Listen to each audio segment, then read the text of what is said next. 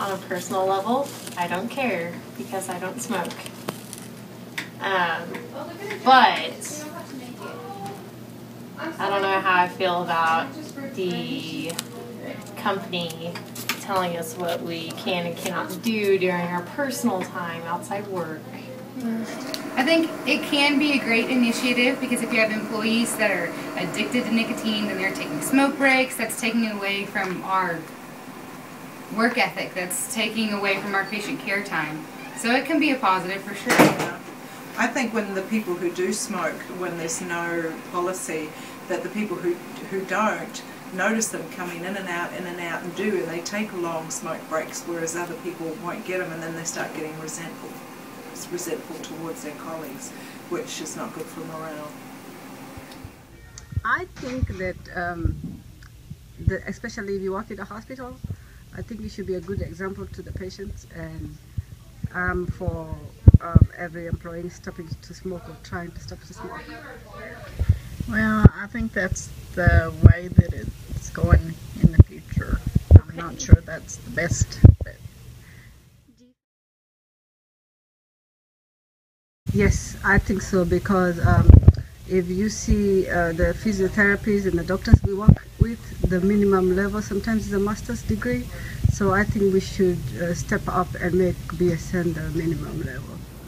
I think the whole having RN and RN BSN still separate just is mind-boggling to me because they're the exact same thing. The only difference is we take, some management classes? Management, leadership, research. And I don't remember anything from those classes. Did you study during those classes? No. I didn't. As far as care goes, I've never seen a difference between how well an RN takes care of the patient versus an RN with their BSN.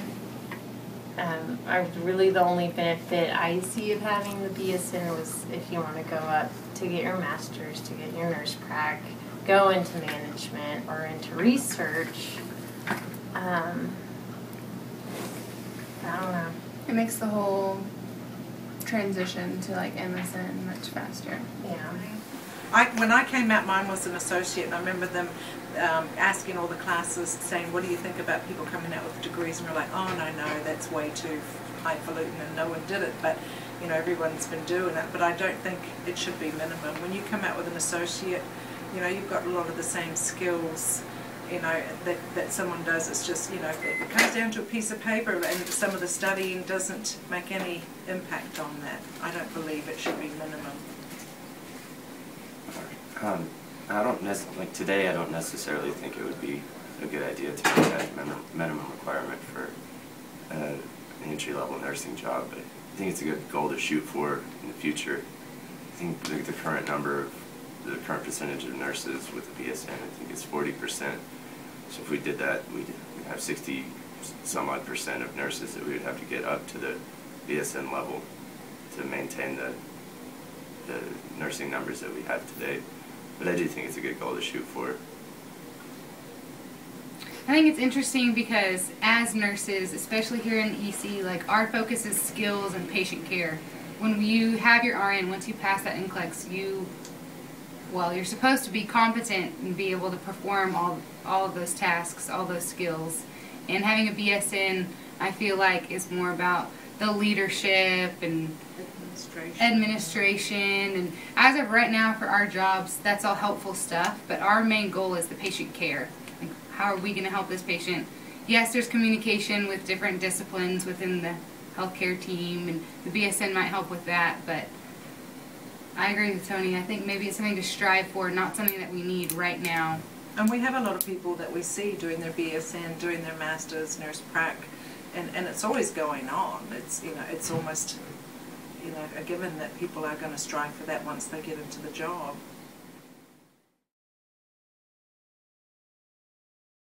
Absolutely not. Okay. No, I wish I had more time for my patient, especially when it's in ICU.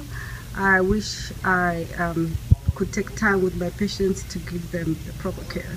It happened a lot. Okay, so when we first stepped down, first opened up all 8 beds. it was insane. I mean, there was crazy, like, people who were supposed to be critical, like, in our beds, that were intermediate status.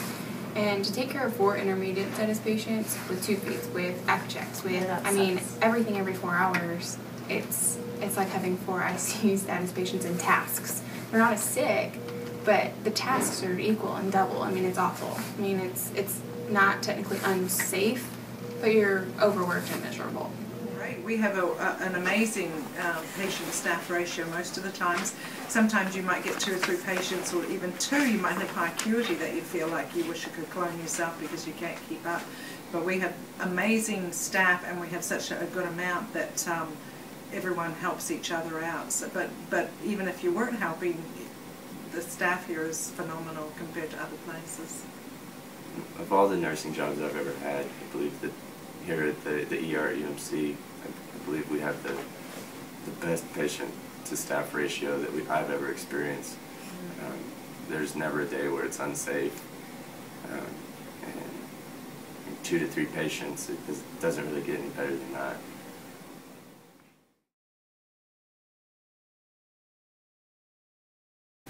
Definitely. I think from what I've heard, this is my first nursing job, but from what I've heard everyone else, like, I feel really comfortable talking with the doctors. If I think that there's a problem, if I think they haven't addressed something that maybe was worrisome to me, they immediately, like, take what I say into consideration. Sometimes some of the other doctors that come down that we don't work with every day will even ask us, like, what do you think? What do you think's going on? Do you think this would be good for them, or do you think that would be good? And I think it makes it, like, more exciting to come to work today because you know that our opinions are valued and we're heard, respected. Yeah, it makes for a good, like, working team. Yeah, I agree with Katie. The ER attendings, they really do take into consideration what you say, and as the longer you work here, the better your relationship with them is. And I feel like I've been here for almost 4 years and have a really good relationship with every one of the doctors. And there's no ER attending that I'm afraid to go talk to. Some of the surgery residents, or residents in general, they don't. They tend to kind of brush you aside, but it kind of works the same as the attendings. The longer you're here, the better the relationship that you develop with them. I agree too. For me, over the last sort of 20, 30 years, it used to be that you never called a doctor on a first name basis. You know, there was such a hierarchy to the medical system, and yet now they're so approachable. You can call them by their first name, you can joke with them, you can talk with them, but at the same time, you can go and tap them on the shoulder and say, hey, I'm concerned about a patient, and they listen because they value your insight, and they know that you know that you're here for the patient, and it's going to make their job easier. So our doctors are awesome, and sometimes when I do want to look for another job, I'm like, okay, I love our doctors. I don't want to go and I'm sure I'd meet a whole lot of other ones that are just as approachable, friendly, and value and respect us like they do. But our doctors are awesome. No, not really. No, and I think this is everywhere in this world that doctors always feel like they're superior. So, and that's really sad.